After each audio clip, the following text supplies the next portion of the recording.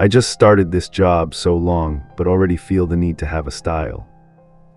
Online diary here, network not available, good, but sometimes when I stand right where I can get signal, it sounds funny because I work at a broadcasting station where you would think there is contact with the outside world outside. But during the 3 weeks here, I feel more cut off from the world than ever. I have to be honest with you, sometimes it's lonely and boring here, but sometimes completely crazy. In those painfully boring days, I need a place to talk and tell that story. That is the reason I choose to write here, to tell you about life up here. I am sitting next to the wall right now, near the toilet, the only place today where my butt is cold and my back is sore, but at least I have a life of 5 scabies. My name is Evelyn. This name sounds old to me, I know. I am 24 years old with a journalism degree, but the best job I can find is being a radio DJ. 3 weeks ago, I started working at a station broadcast about 15 m above the ground on a hill in the middle of an old Nong Than town. This is a sparsely populated forest and area, a lonely and sometimes really lonely place, scary if you live here, which I almost certainly do. If you do, this is probably the transmitter, the only wave you can hear in town nestled in the valley of the mountains. The mountain is covered with green, but the signal is transmitted far enough away to sometimes passers-by also can be heard.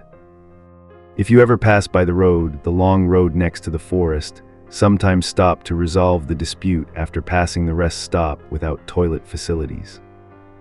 Over the past 10 years, you may have heard my voice or some songs I play, enough genres to please everyone, people in town. When I say we, I mean me and the boss who brought me here. Now, since I'm the only DJ here, maybe you will wonder how this place works just with a DJ, and I'll tell you. I lived right at the station when I got the job, also given a back room with a refrigerator, cushion, and basic amenities, a version for a one-room apartment. The station will broadcast automatically for 6 hours at midnight so I can sleep, although sometimes I wake up in the middle of the night to check the live broadcast at the workplace, a condition that many people can refuse, but it's okay with me. I just lost my house recently, but that's a story for another post. I mean, I work here alone and all the time.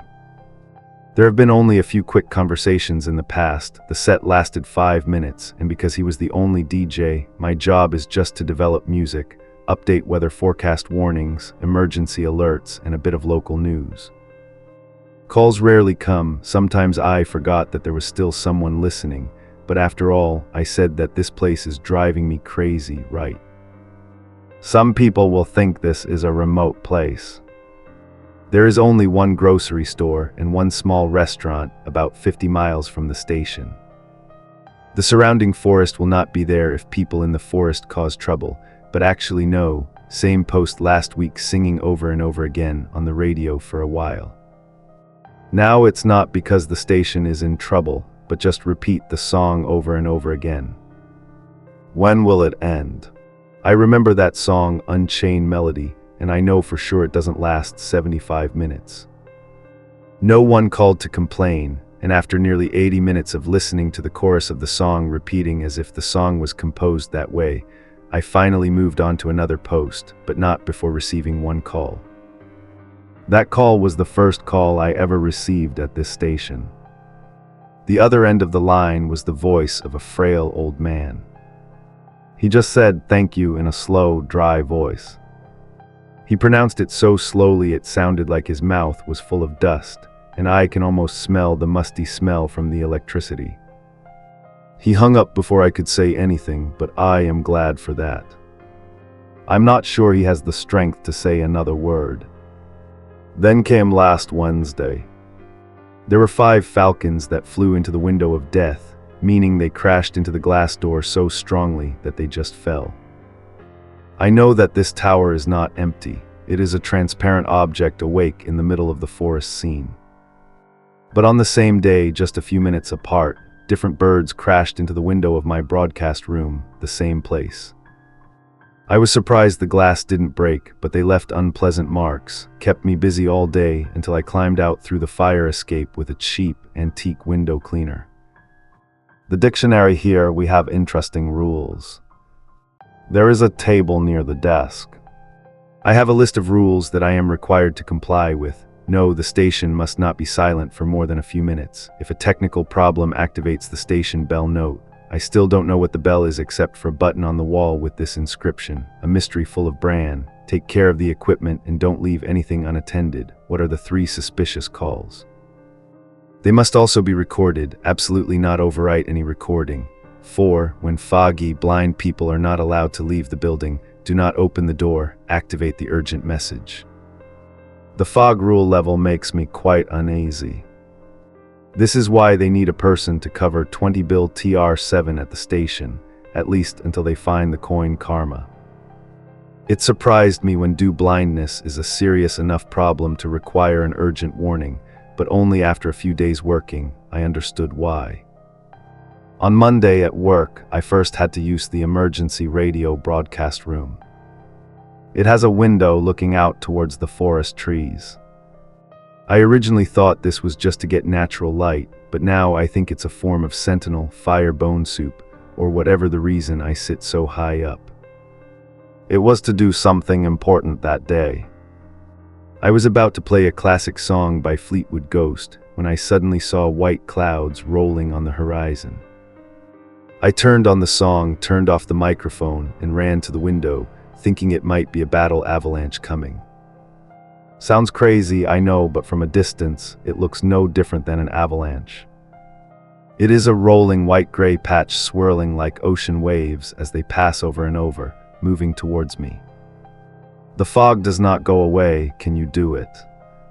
The waves of mist move like footsteps, undulating as if controlled by gravity, making me almost imagine it coming out with sound. But that is a silly thought.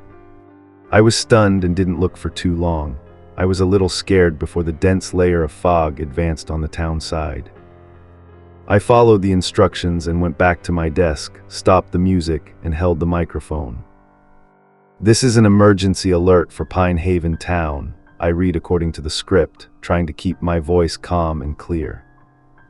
This is a dense fog warning. Please note this is a special heavy fog warning for Pine Haven. Please go home immediately and wait. Please lock all doors and windows.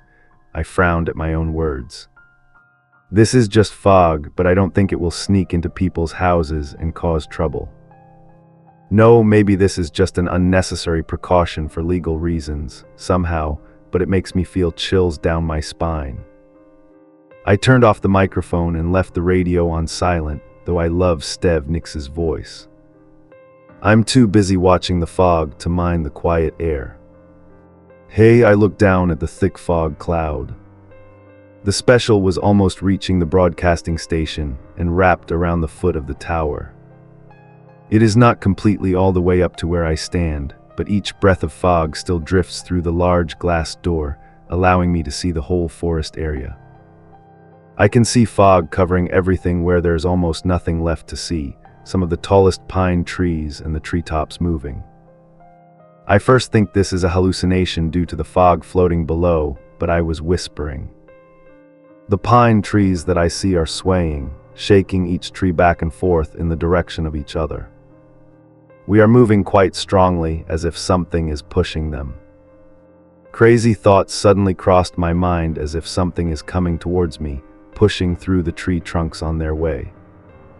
Their movements are sinuous, like a snake. I saw a tree shaking, then another tree on the right, then another on the left. The closer I get, the more I stared at the scene with curiosity more than panicking. Right when I was prepared to be really scared, then one thing happened next that surprised me even more. A strange sound rang from the phone. I ran to my desk and picked up the phone, eyes still not leaving the window. Hello, Evelyn, on the other end of the line was my boss. He sounded angry. I could almost feel every drop of saliva sprayed from his words. Turn the radio back on immediately, sir. I am issuing an alert fog emergency, I think I know, but as soon as I turned on the radio, he hung up before I could ask anything. But that was probably a good thing. I looked up through the window to see the fog layer rising higher. The treetops were completely gone, and the glass door was almost covered. I swear I saw something moving in the gray fog outside the window, a shape, something dark and moving, hidden in the fog membrane, not clear. I did not linger to look any further, followed the boss's words, and returned to my seat. I put on my headphones and turned up the music. Every now and then, the radio station plays a song. The Eagles' song came over the loudspeaker and reached everyone in my town. I breathed a sigh of relief. Actually, I'm relieved as far as I know. Nothing dangerous just because I turn off foreign music, except maybe my job, though an unpleasant feeling still lingers.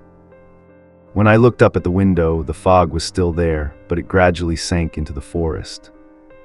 Only in a moment it sank out of sight and was gone. The pines appeared again, and I looked to see the horizon through the fog. Strangely enough, I feel like I am seeing something tangible, life. Since that day, fog has not returned. I don't need to add any additional emergency alerts, and it's been 2 weeks since that incident. Now that it's happened, everything is just at the level of normal, meaning normal with my acceptable level of weirdness. I receive calls occasionally from someone in town that I don't recognize. What that person usually says is nonsense that I can't understand. Occasionally, a song on the playlist will start to rewind, and sometimes I can hear people talking even though I'm wearing headphones. The sound is vague and as unclear as a hiss. Yesterday, I saw a bird perched on the window ledge and stared at me with eyes that I swear are like human eyes, but unless someone is crossbreeding bird DNA with humans, maybe I was just too worried. I still have so much to tell, and I am sure that in the coming days and weeks I will have many more stories to write, things that might interest you. But honestly, right now, my ass started to ache terribly from sitting too long on the cold floor next to the toilet block. Music plays for 20 minutes and I'm almost done. I need to keep up with local news. If you happen to pass by and find a place to stop, you might hear me. If so, do not stop at the roadside station. The toilet is still broken and the coffee there tastes like gasoline. Maybe it is real gasoline. It's Evelyn from 104.6 FM. Good luck, sleep well, and drive safely. Have you ever met a person who is just simply too much talk? Yet I want to say about a person that they alone have withdrawn clean your energies, as if they were the whole noisy crowd of a big city, all rolled into one body only. I think we've all met at least once one such person, the kind of person that makes you wonder how they contain the greatness within without exploding, tossed like a cheap ball. I met such a person. He is sitting right now in the room with me. I'm sure you are all here to read about stories, strange things that happen at this broadcasting station, and believe me, I have quite a few stories worth telling, afraid to tell. But first, I need to introduce my new colleague, who just started working this morning. Today is his first day, and it will probably be his last day too. He is named Daniel. Daniel is the type of person who talks a lot, is always moving, and seems to think I am Bob Barker in the flesh. My second week here, the boss stopped by and commented that I looked tired. You know why? I just sleep lucky to get Dad's voice every night like that, and 3 weeks and still not out. Other than that, Daniel will be working part-time to give me time. The boss said to let him take some missions so I can go out to breathe some air. The townspeople also would love to have a new voice, even though a little reserved. I understand what my boss means. He needs help, and people in the town also need something new. CH Mattress listened to their radio, but I know that Dan and I would be like oil and water. I decided to let him try, but the first time he turned on the mic and shouted, "Good morning, and look, the sun is shining so handsome." I can't help but look at him with eyes of both surprise and fear that if he keeps yelling like that, he will make every old man in town go crazy with a heart attack instantly. Sure, the population of the town will be halved. Though Daniel's exaggerated broadcast style made me feel bad for him, It's not because he tries too hard or because he seems to have a desire to draw attention to those things. Both are true, but not for the reason I feel sorry for him now. He was sitting in the corner of the room, curled up in the fetal position, shaking with blood flowing from both ears and one side of his nose, crying. Considering the first day Daniel had, it was a rather strange day. At 8 o'clock am he arrived. I think he was surprised to see me not meet a petite, lovely colleague, but instead me with messy braids, stuffed hoodie, and 2 warm granola bars I forgot how long ago I had. By 9 o'clock I let him read the weather forecast, and he did it with passion. By 10 o'clock I had to explain to him that the bird on the window with humanoid eyes has been around for days, and maybe there was no intention at all, just it's ugly. I calmed Dan down until 11 o'clock. He said there was a strange crying sound coming from the sink in the bathroom. I also find it a little scary to know he heard it too, but I just shrugged and said that is not an excuse for you not to wash your hands. At exactly 12 o'clock we received a call.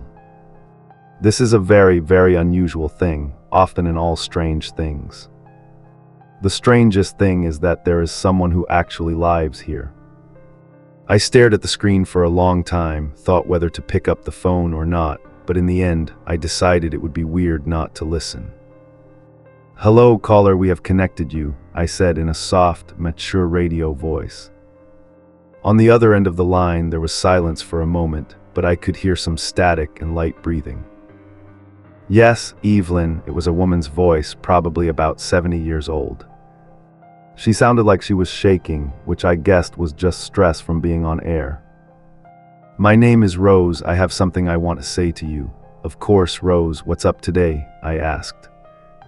"I had some weird dreams, baby, and I wonder if anyone else has had this happen like that.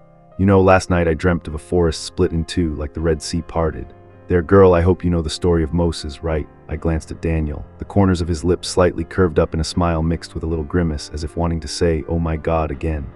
He replied with a mischievous smile, satisfied that I am the lucky one to answer the phone. "I know. What about Rose then?" The ground opened up and something rose from it.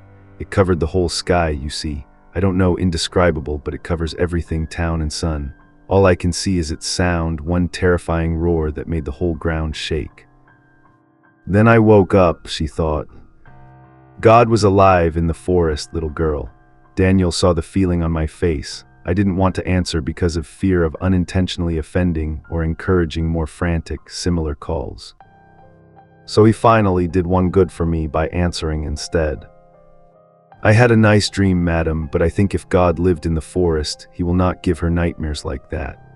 He laughed, but the laugh was interrupted by the sharp voice of the woman on the other end of the line rubbing him.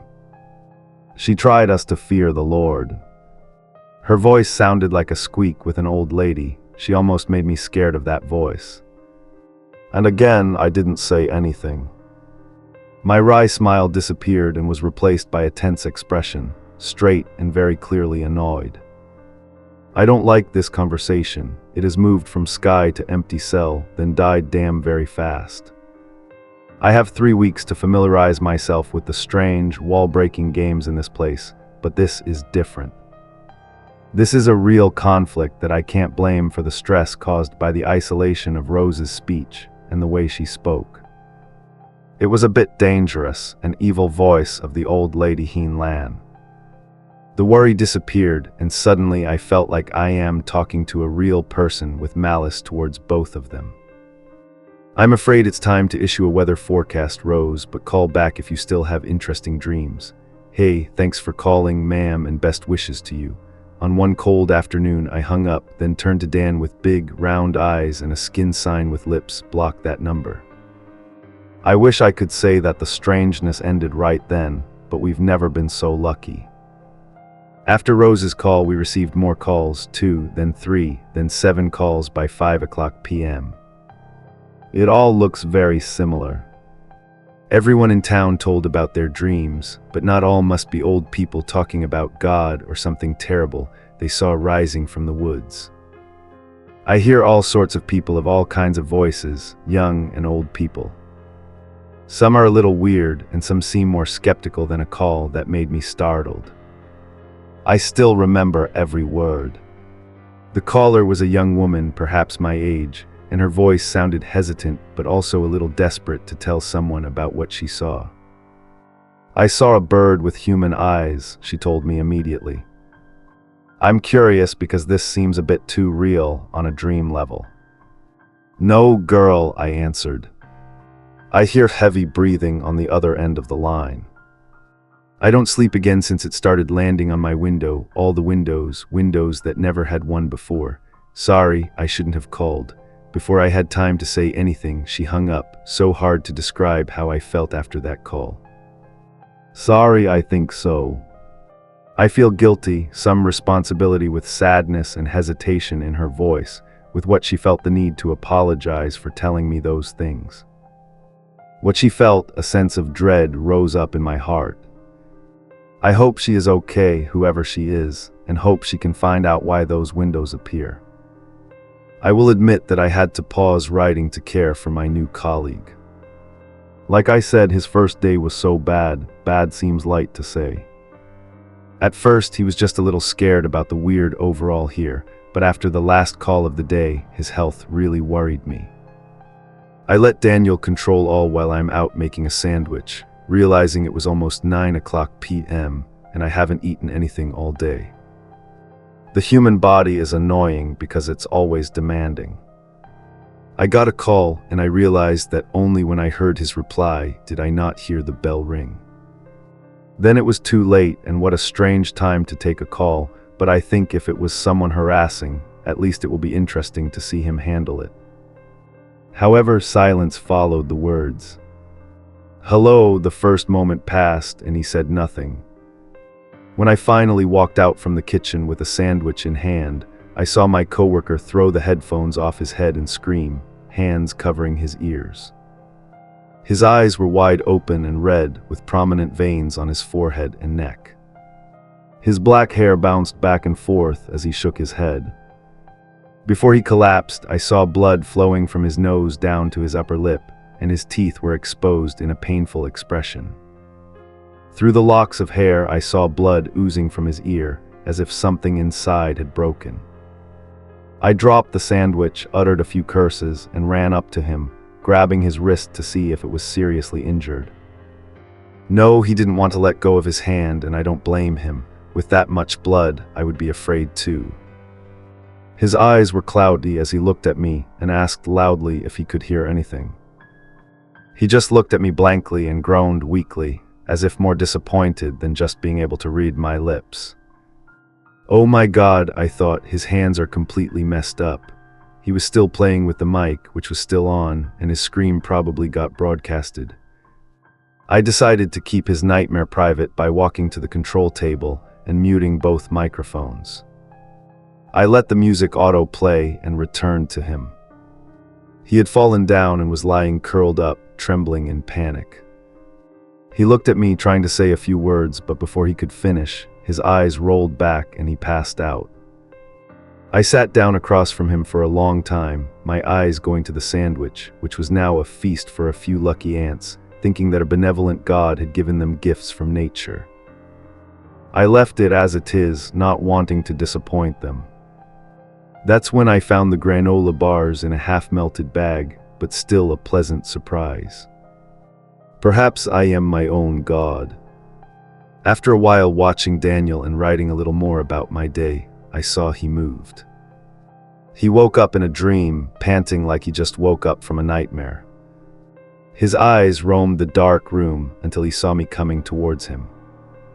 He lay on his side so he could see my face clearly and understand what I'm asking. We were on the floor next to each other, like two kids at the worst sleepover ever. I got a pillow. His face was covered in blood. "Can you go to the bathroom by yourself?" he nodded, wanting to lie on a real mattress. "No," he hesitated, then nodded. I called an ambulance when he fainted, but I knew it would take a while to get here. Our town doesn't have a hospital, and whoever had to drive around the mountain will understand the trip was a nightmare until then. You can rest on the mattress in my staff apartment and sleep through the pain. I am surprised you got up quite easily, even though leaning definitely with two ears that have just been injured, and the balance will be worse. I let him sit down on the couch while I cleaned his face and ears so he could wash his hands. "Can you hear me?" I asked when both were in a quiet room. A moment later, he spoke in a low, whispered, hoarse voice, but I'm sure he didn't hear a little, and then he smiled. "Tomorrow she is friendlier when I am not listening." I should have smacked him on the shoulder for that sentence, but I just laughed and ignored it. It's strange taking care of someone else. I don't think I'm a gentle person, but I tried my best to wipe his face gently and take good care of him, help him go back to my room and rest. Oh God, his first day was probably the worst I can imagine right now. I really pity him. At first he was annoying, but now that he's quiet, silent even in a bad way, I don't find him even more disgusting. When he lay down with a slight grimace, I turned away, but not before he waved to me. I heard it again, he then judged, his voice weak and trembling, a roar of the Lord in the forest, as Rose said. I frowned, took a thin blanket from the plastic shelf and put it on him. That is not God. What's scary is that, Dan, it's just a problem with your headphones. We will help. I'm fine. Take it easy and rest. I knit the rest of the evening there, at least until the ambulance came to pick him up. I decided to stay up all night at the desk, watching the radio broadcast without wearing headphones. After a while, I had a strange feeling, just sitting, watching spontaneous music, and trying to imagine who is listening out there, or not. Maybe I'm the only one. It's crazy how I went from hating Dan to suddenly missing him when he leaves, and completely losing the will to sleep. And yes, I know I lied to him, not your headphones. Whatever he listened to, it all seems so real, but he has been through too much. No need to add that to it. It was past midnight, and I heard the phone ringing again. Someone called me in the cage, and I took a deep breath through my nose and ignored the call. This is Evelyn from 104.6 FM, and her strange bird still perches on the windowsill. I never thought that ear surgery could be so simple. It doesn't mean it doesn't require craftsmanship and meticulousness, of course, but when I got a call from Daniel's mother one day, a wonderful woman, she said, with an outpatient surgery, they could fix one of Daniel's ears and maybe help him hear some in his remaining ear, at least enough to avoid infection.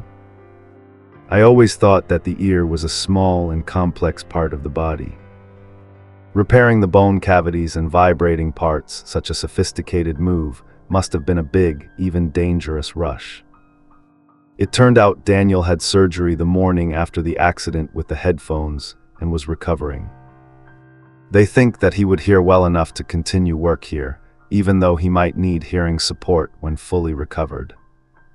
It'll probably serve him well. He probably won't come back to work in the next few days and will probably not wear headphones for a while, but in conversation with his mother, I heard him behind her. Tell her, he said, that you have not stopped harassing her yet. So maybe I still have a part-time employee, annoying he's just on a medical convalescence very early in the process.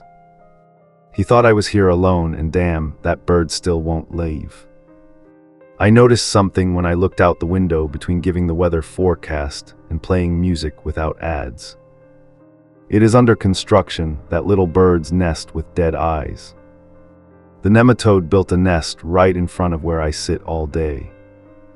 I like birds. I have no problem with any kind of wild animal, as long as it is not trying to attack part of my body or run away. But somehow, the last thing I want is to see this bird create a series of its own versions. I can imagine dozens of them standing in line around the window, staring at me from all directions, watching every move. I was going to go out and try to take the nest down in the woods, but I don't want to leave the station too long. Maybe I will wait until Dan comes back and ask him to look after it so I can get that thing far away from the station wave. I hate this damn bird. This morning before sitting down to work, I washed my face in the bathroom sink. It's silent, I know it's good, but it doesn't have to be quiet because of the water pipe noise Dan heard on his first day.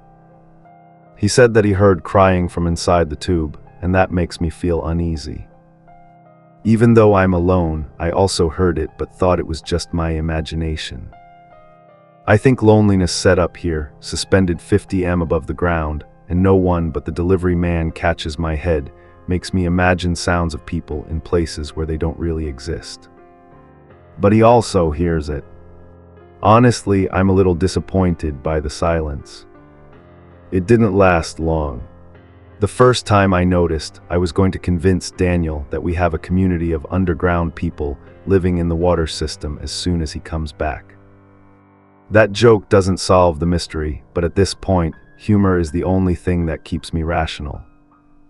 But if you ask me if I thought it was a ghost down there, no, or one person, no, I don't mind as long as it is just a sound and nothing else. I don't care where it comes from. I forgot that for a while, stopped thinking about anything or nothing in the sink, and continued with daily work.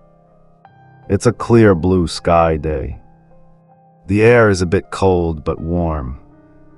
If lightning is on the mountain, all is sadness and boring. But maybe I need a boring day after seeing a colleague's eardrum ripped the day before. I'd rather have a boring day than a bloody one. I sat down, put on my headphones, and waited for the music block to end automatically. I wished Daniel a speedy recovery, Belgian embassy. Lined up on the news console, Lan quickly went on to say that Daniel had gone through a minor surgical procedure.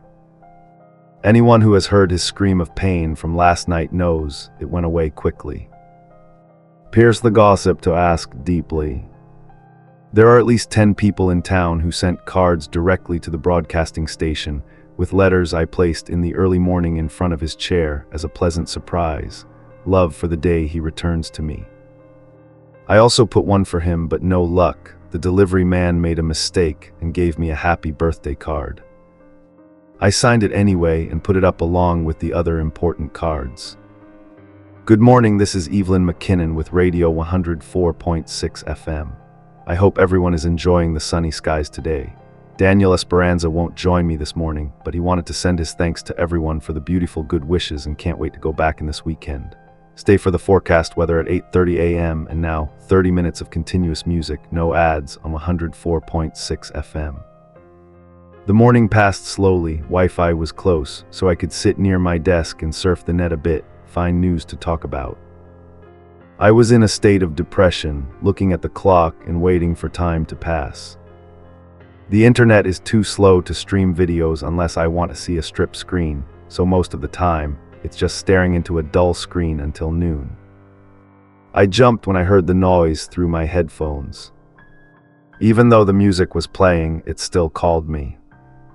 I think maybe it's a lover, or maybe Dan's mom called back, picturing Daniel praising me enough for her to invite me to her niece's wedding in a month. That woman is so lovely. I guarantee that the audio mixer will not call or voice mine with the music player, and with some hesitation I allowed my voice to say, the other side rang, this is Evelyn at 104.6 FM. How can I help you? There was a gasp on the other end of the line, a trembling sob, and the sound of a young woman inhaling through a stuffy nose. I recognize that sound. It is less strangled than ever, more clearly identified than the type of sobs I heard in the wash basin every day since I started work, and also the voice that Daniel heard. I felt a chill down my spine, like the cold wind you feel when stepping out of a warm building into a winter storm night. It does not come immediately, but gradually spreads from the top of my head down my back and down to the tip of every hair on my toes. My body stood up, every pore and freckle like stings. Then the words came out. She must stop. She was still sobbing, still breathing. She paused as if wanting me to answer. Are you okay? Oh God, stop making excuses, she interrupted, and immediately I was confused. What is she talking to me about? I'm so tired. This is my house. I want to help you, but she wouldn't let me do that. I wouldn't respond, as if I was just listening to half of a conversation, like listening to a recording that has something in it that makes me feel familiar enough to make my stomach tighten. But thinking about it, I heard it before in the sink in the bathroom. Can I hear somewhere else? Please let me help. Please, you have not been sober for a day since graduating. Immediately, I yanked the headphones out of my ears, pushed the chair back, and left the device suspended on a wire like a pendulum on the edge of the table, not for lack of reason. I felt so nauseous, sudden paralysis, stomach churning, and saliva filled my mouth. No time to wonder if I could hold back. I rushed into the bathroom with the call still going on, that voice still echoed and sobbed in the space. The dizziness hit me as soon as the door opened within reach. 3 steps to the sink felt like I'm walking in a spinning tunnel. Knees down, I fell and grabbed the edge of the toilet, trying to pull people closer. My hands were weak, but then the nausea turned into something else. I'm choking on it. If there was ever a time I needed a colleague here, it was at this moment. I lost my breath, and the colors around me became more dazzled. Silence in my vision as I was about to pass out with a desperate cough. I felt a pang when something popped out of my throat. My head hit the floor, but I saw it. I stared at something that somehow got into my body. It was a stone, just a stone, a brown speckled stone like the kind you can find out in the woods, maybe on the walking path, or from the river bottom, among other things you can choke on mysteriously without explanation. A stone that appears to be quite a bland item, but when you look at it out of pure frustration, it almost killed me. I just wanted to throw it away. My hand shivered as I pushed myself up, gripping the stone in my hand, thinking nothing of throwing it in the toilet and pressing the flush button. It disappeared into the water when I was there. I swear I heard a sob from the right, echoing from deep within the system, returning under the sink. I wiped my face on my sleeve and then washed my hands carefully before returning to the desk. My headphones were still dangling by the edge of the table. I slowly shook myself, picked them up, and put them on my head again, and only heard silence on the line. The woman on the other side turned off the call. The feeling of insecurity has not gone away. The bird that still hasn't gone away, worse than that, I saw it knocking its beak on the window, looking straight in. I want it in. I know this sounds crazy, like I know what it's thinking about. This bird is too human for me to recognize the light in its eyes, pleading, demanding, staring as I sat at the table. It just disappeared when it went to find food to build its nest. I won't let it in. There was a fog warning on Thursday. It is only Tuesday as I write this, but I still find myself staring through the woods, waiting for the hill of trees to start moving. I waited to see it explode, that fog coming from where I imagine it rising from underground, rising into the air and covering the town and the sun, all that my eyes can see, and the sound it can emit, a terrifying roar that makes the whole ground shake. Damn it, maybe I shouldn't have blocked Rose's number. This is Eveline from 104.6 FM, and I just saw a speckled brownstone lying on the ledge notebook with the words Class of 2017 written with white paint next to it. I don't know how it got there, but more importantly, who in this world dug that stone out of the toilet? To be honest, I never think I'm scared of Thursday coming. It's a pretty good day of the week, and I rarely hear anyone complain about hating Thursday. There is no cup with the 5th letter placed next to the terrible second cups. However, when 1 week passed slowly, all I can think of is a related warning. Another foggy day is coming soon, soon near. So my morning started again with a report script about a missing woman named Jennifer Cook, 25, believed to have gone into the woods in a sleepwalking state, and her state, for some reason, I am listed as critically endangered. I recognize her name, we were friends. At least one good thing happened. Daniel decided that a break was in order and returned to work early, 1 day later than expected, still recovering but strong enough to bother me. I almost regretfully admit that I miss him. People say you won't recognize yourself remembering something until it is taken away, and even this annoying debt is better than being completely lonely. The coffee machine has no choice. I saw his eyes light up when he saw the get well cards I put on his desk. He burst out laughing when he saw the card I got. "Leave me a happy birthday, Grandma." He smiled as he lifted the card and opened it. No good wishes or words, signed with only a doodle scene where he wears 2 stethoscopes. Beethoven stuck in my head and I know what to say. "I'm bored already. Thanks, Evelyn, you are such a thoughtful grandchild." After the morning weather report, when he joined me in announcing our return, we turned off the microphone to chat. Needless to say, the conversation didn't stop at just the usual stories. He told me about his surgery with lively, almost full excitement, and honestly, I found it quite interesting. Carefully, he tilted his head on both sides to show me the scar behind his ear and the surgical dressing still on the side. No wonder he still mainly reads my mouth shape, even though my ear has been cured. He can't hear anything when it's stuffed with cotton.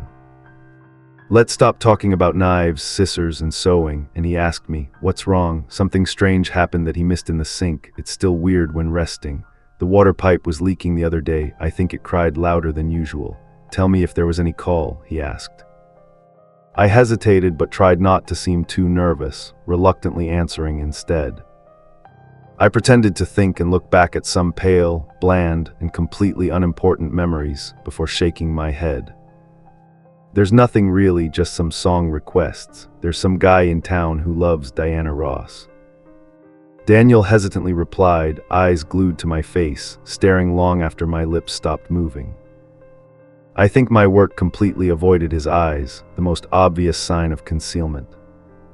I don't want to tell him about the crying woman on the call, the stone in my stomach, or any conversation that can be evoked from all of that, the uneasiness that the subject brings, so vague that I can't understand or want to volunteer to jump into it. "But that bird." "Hey," I interrupted him just as he was about to open his mouth, pulled my knees up onto the chair, and kicked off the table to roll away a little. I almost jumped off the chair to stride across the room, left my headphones, and pointed at the door. My collector is definitely scratching into the nest it built on the tree branch right at the edge of the notebook. She doesn't like the nest. "Why?" Daniel asked, as if there was still any doubt about my feelings. "It'll give birth to a bunch of ugly chicks right in front of our radio room." I leaned my hand on the glass and sighed, discouraged, but even though I knocked on the glass, the bird still did not fly away. It just looked, turned its face to one side to let one human eye follow my every move. If its beak could laugh, it would laugh at me. "I will clean that nest away." "Wait, I know it looks weird, but she didn't intend to kill it, did she?" I asked him not to kill it. I showed him back to the table to hang up my headphones right where I leaned against the back of the empty chair, face to face with my colleague, to explain my plan. "My plan is to go out by the fire exit to get the nest and bring it into the forest. I will not harm it, I just move it somewhere else. I need you to control the broadcast station while I go, bro." He can't wear headphones, but that doesn't matter as long as he can keep the music playing without letting the signal get interrupted while I'm out. Planning the plan will be simple and effective. I still try to understand this urgent feeling. I need to clean that nest, and it needs to be done immediately. I have to leave the station to get to the exit. I know that completely defeats the purpose of the escape route, but it's not worth activating the alarm just to save some steps and explain this silly obsession to the boss while turning it off. That requires going down iron stairs that clang around down below until I lower the altitude of 50 m. Rusty spiral stairs down to the cold cement floor, bamboo chutes, a sign of no exit, bright, but the window on the door shines out the dull yellow light of the overcast sky. Except when my feet hit the tall grass, small pebbles shot up from the dry ground. I feel a very small world. It seems big, and I am small and suffocating somewhere in between that vast, endless space. It's the first time in over a week I feel the breeze on my skin, and something about standing in the airiness makes me uncomfortable under the roof. I don't feel free, I feel as if violated, like a baby without guidance. I decided to quickly tie my shirt into the belt, clinging to both sides of the escape path when climbing. I glimpsed out to the mountains, the high, jagged hills with trees and brooms. Looking at the horizon makes me feel tense. That tension coalesced into a mass curled up in my belly like a real stone. So I don't need more stones in my stomach, you dead bird. When I reached the top, gasping for air from absolute exhaustion, I waved to chase the bird away. This time it really flew away, but that doesn't bring me so much comfort. It left the nest, not in panic, as if it were not afraid. I just moved it to another place, as if to say, I just moved because I want to. Through the bars, I got the nest, removed it from the tree branch. Even though I hate this bird and have no hesitation about it, I can't carry the nest too roughly. Tell me to be careful lifting the nest up, but I still held my breath anxiously when looking at the circle of branches and animal hair. Removed without eggs, the nest was empty, but with a feeling of disgust and all the nerves in my body wanting to throw that damn thing away as fast as possible, I threw the nest with strength and wiped my hands on my waist when I saw it fly into the forest. The nest landed in the center, mined like precious fragile eggs. The price was 4 chewed-off human fingers to the small joint and nail fragment. The red paint was partially chipped by then. I heard the sliding sound behind, the wetness of something dragging on the needle type of stairs.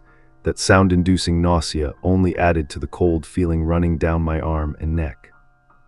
I turned back, prepared to face whatever creature just crawled out of the woods, and found a thick, muddy rope climber that climbed all the way up the rusted iron bars and hung over the steps.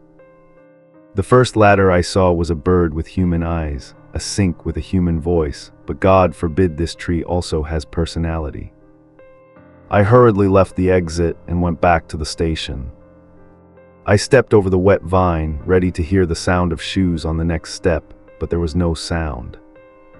Instead of a climbing rope, it was slippery and agile, like the first wire always under my feet, then another wire and another wire, at least 3, wherever it fell under my feet. I slipped and fell down every step. I think that's what will happen as soon as I'm off balance. I felt something slippery wrap around my ankles. Some vine grabbed my leg and used incomprehensible power to throw me away like a fly, slapping me hard like I was a pest. Here was a moment I looked down at my feet, and the next second I saw the ground 50 m away, a distance when starting to fall, but I may not survive. I waved, trying to grab the edge of the stairs, but fell down and hit my chest on an iron bar on the spiral just below the top. My breath squeezed, arms tightly around the iron bar, when pain flared up in my shoulder and elbow because I had to bear the weight of my body kicking, legs up and around the nearest bar, until clinging to the edge of the forest spread out in front of me. At first I just saw a sea of blue, then I saw the movement on the horizon, the thick fog clouds swirling slowly towards the broadcasting station and town. And for the first time since I started work here, I heard a moan in the wind.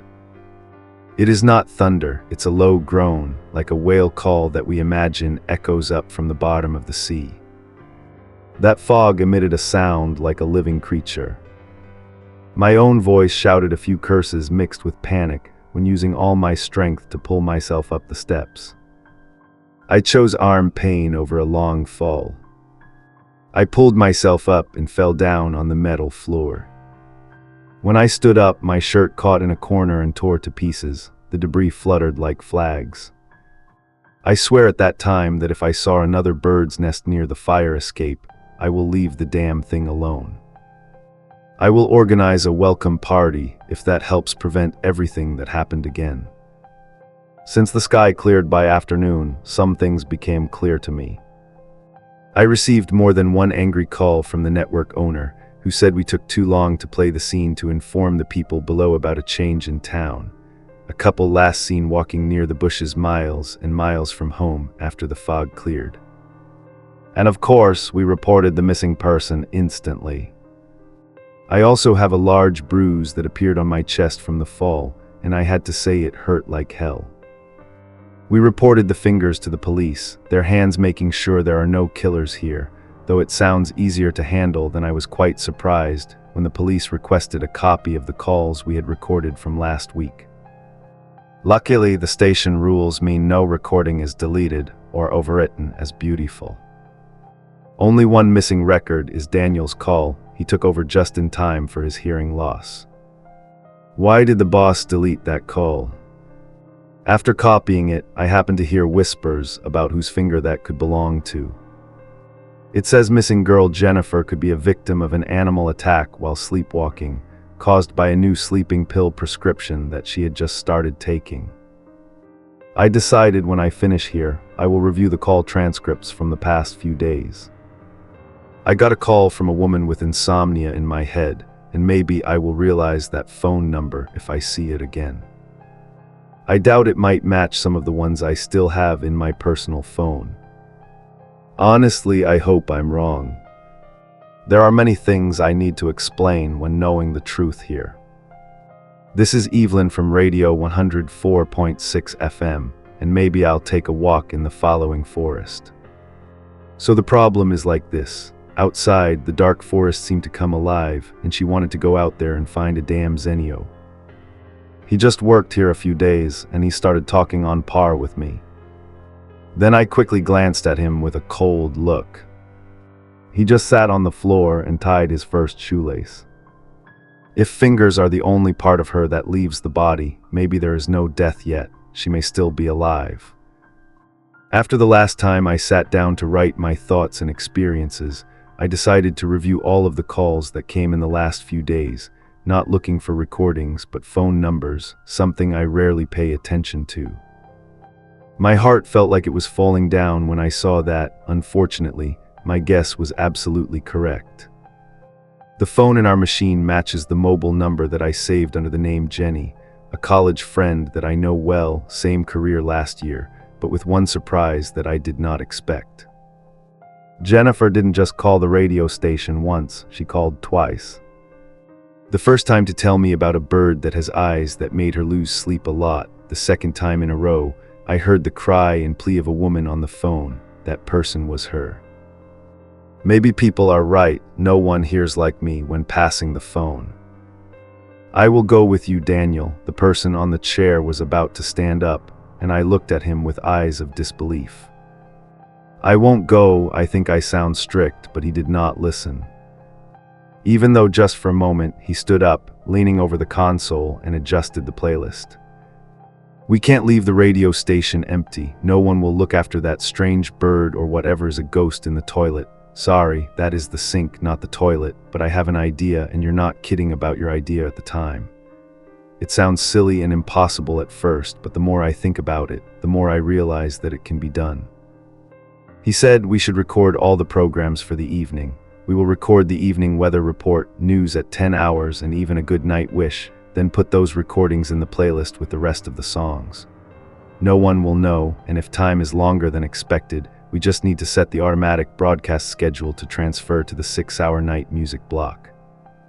I was supposed to leave at 10 o'clock, Daniel reminded me.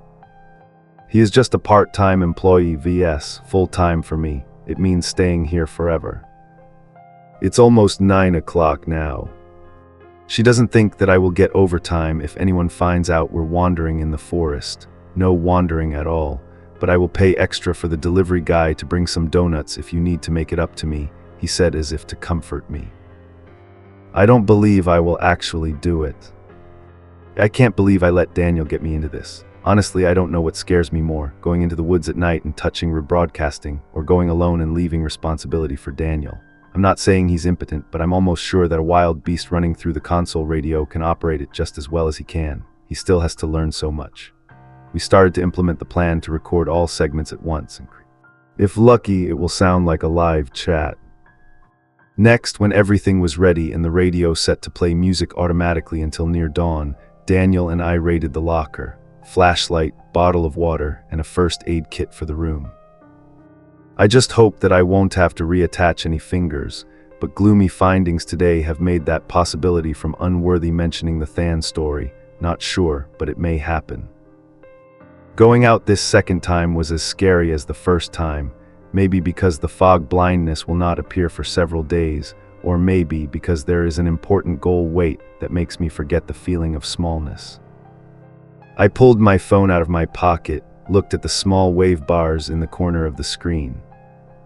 Here, with the wall of trees surrounding and the forest that seemed to stretch on forever, mountains are dangerous without connection with the outside world. I saw the wave line disappear as we approached. We kept walking, wet leaves rustled under my feet. I've never been here, at least not at this hour. Daniel shined the flashlight on the ground and then up the tree trunks at eye level. I hate when you do that. I have a fear that you will suddenly shine the light up and see something horrible. He knows the way I'm trying to remember. I left town very early and far away so long ago that all memories of playing in the forest now disappeared. However, I remember some discrete memory fragments, but they seem to disappear as if the thoughts flowed straight out of my mind. I've been here for about the last year, but I don't remember the exact route much like. But anyway, we can see the radio tower from a long distance. Daniel shrugged and nodded in acceptance in reply. He looked back at where the needle hit our wood and timber standing tall on top of the giant tower above, so much so that it is almost impossible not to see it from everywhere on this side of the forest area. I looked straight ahead into the darkness, squinted as Daniel handed over the flashlight back to touch. I held my flashlight off to save battery in case his light was out of battery, but I had to admit that his constant pranks with that damn flashlight will annoy me if he keeps stopping. "Can you go again?" I said sternly. Daniel stared at me asking, "Don't play with the flashlight again," I answered, raising my voice. "I say don't play with it again." Before I could finish, a sound from the front was loud enough for Daniel to hear through the mask. It was the sound of an animal, either aggressive or self-defense. Daniel replayed his flashlight straight to the source of the sound while I stood still. It was a deer, a huge elk with bright white eyes up in the dark. It stood still as if it had been there from the beginning, unaware that its antlers were hitting the trees around as it shook its head and stomped its feet before going down to the ground. Dan and I both stepped back a few steps, but the deer did not dip in. We replaced it when we had made enough noise and stomped its feet. It turned around and stared at us for a while. Its eyes were like two reflective balls of light, but then I saw it blink. Its eyelids closed from the sides like a reptile's eyes, then with heavy breathing, it ran deeper into the forest area. I realized between moments, thinking I was scared to death, that it had a strange running gait. It had 3 legs, one side had 1 leg and the other side had 2, a completely deformed animal. There is nothing here that doesn't look like an absolute deformity. Daniel, in his hoarse whisper, slowly scanned with his flashlight for anything else that might be hiding in the dense trees. With no sound for a few seconds, we continued walking, even though I think screaming is probably not the best idea. I saw on my phone, paying attention to the signal bars in the left corner. I don't think there will be a signal here, but strangely, one wave bar appeared.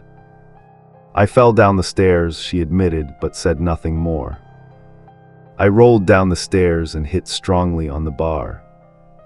They could not ask more, but it didn't mean they forgot that detail. It's hard to bear to see them attentively observe and record every detail, even if it's their job.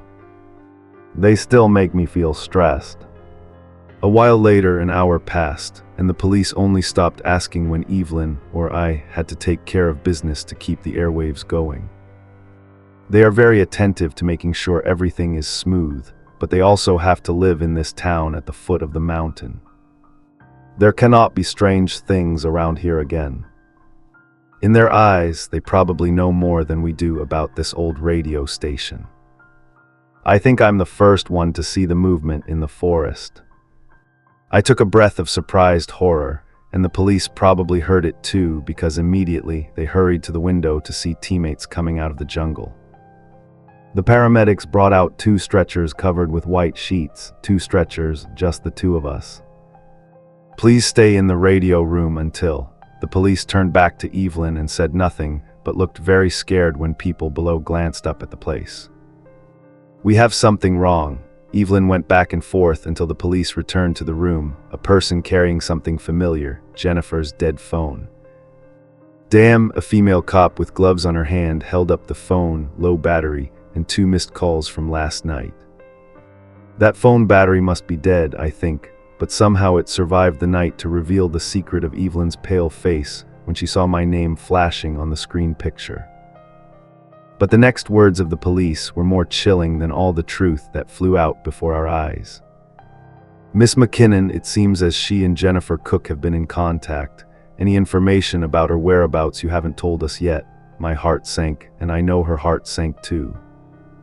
So she looked at the 2 people in front of her and then looked at me, mouth slightly open with a question, unable to utter a word about her whereabouts. Jennifer was out there, she was cold and died in the tree trunk. And if they found her phone and 2 people, how else did they not see her? That's the only answer I can think of. She is not there anymore. But if so, who or what pulled her out of the tree? I knew her lips, Evelyn, run, run. I never saw her look almost crying like that. I don't even know how much she cried, not yet, since Jennifer was reported missing. Evelyn tried not to talk about their relationship before. I forgot that she was perhaps sad after that indifference. I just thought of her and tried calling, but she didn't pick up the phone when I called. We haven't talked in over a month. I swear I don't know anything this time. You're not lying. This new situation makes us fall into darkness, made me doubt everything I saw that night. There is no way we both had the same dream, right? Not when all the other details fit together. The other 2 bodies were collected, but Jennifer was taken away while the 2 others were left behind. I can't think of any reason. Oh my God, even a chilling thought crossed my mind that maybe it was Jennifer who got out of that tree. There were too many strange things in the woods, and I'm not ready to take care of the deceased. Evelyn's answer is legit, real, but not good enough for them to decide that the situation appeared at the wrong time. This is not enough to satisfy the policewoman. For Evelyn, on the other hand, she placed it near the rose, not her gun, but her handcuffs. Evelyn must have looked down there because right away the policewoman immediately withdrew her hand again. We have more questions, but we want to wait until the station to have a real talk, the policewoman said. If I don't resist, you will not handcuff me, Evelyn asked, continuing to look out from behind the hair covering the female police officer's face. She looked at her, then silently nodded to her colleague. I am not an emotional person. She often looks tired or annoying, sometimes it's both, but this time she looked at me with a heavy face and eyes that can be called sad. I know she's scared, but not the kind of scared we have faced before with unreal things. This is a fear so real that there is no doubt it is the saddest image I've ever seen. Follow the rules, okay? That's the last thing I read from Evelyn's lips before she was escorted away to interrogation. I want to know what happened to Evelyn, but unfortunately, I can't do that. I have to make sure the radio never goes quiet. This is Daniel from Radio 104.6 FM, and maybe I'll be your host for the program one more time. Another type of computer is the fastest way to turn friends into enemies, but I can still justify his actions. Among all the mysterious and horrifying stories that Evelyn and I have witnessed, the invasion of her posts is not the biggest sin. At least it's not as bad as murder. Well, first, I think you need to know that it's been a few days and I haven't received any news from her. Her career seems to have turned lost from this world. I have to manage the radio and everything myself. It's no longer strange as usual, no cry coming from the sink, no strange bird outside the window, no fog, but I still feel insecure because the police are still constantly scouring the woods for the body of Jennifer. The feeling they still can't find her. I met the policewoman again before dragging Evelyn along when they brought 2 bodies out of the woods. She looked still as serious and cold as before, but at least she let me ask questions.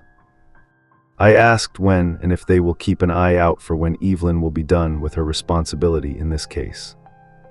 I tried to act like a worried apprentice, waiting for her to give me an estimate to see when I can see Evelyn again, especially after I emphasized that this sudden full-time job is quite difficult to get used to.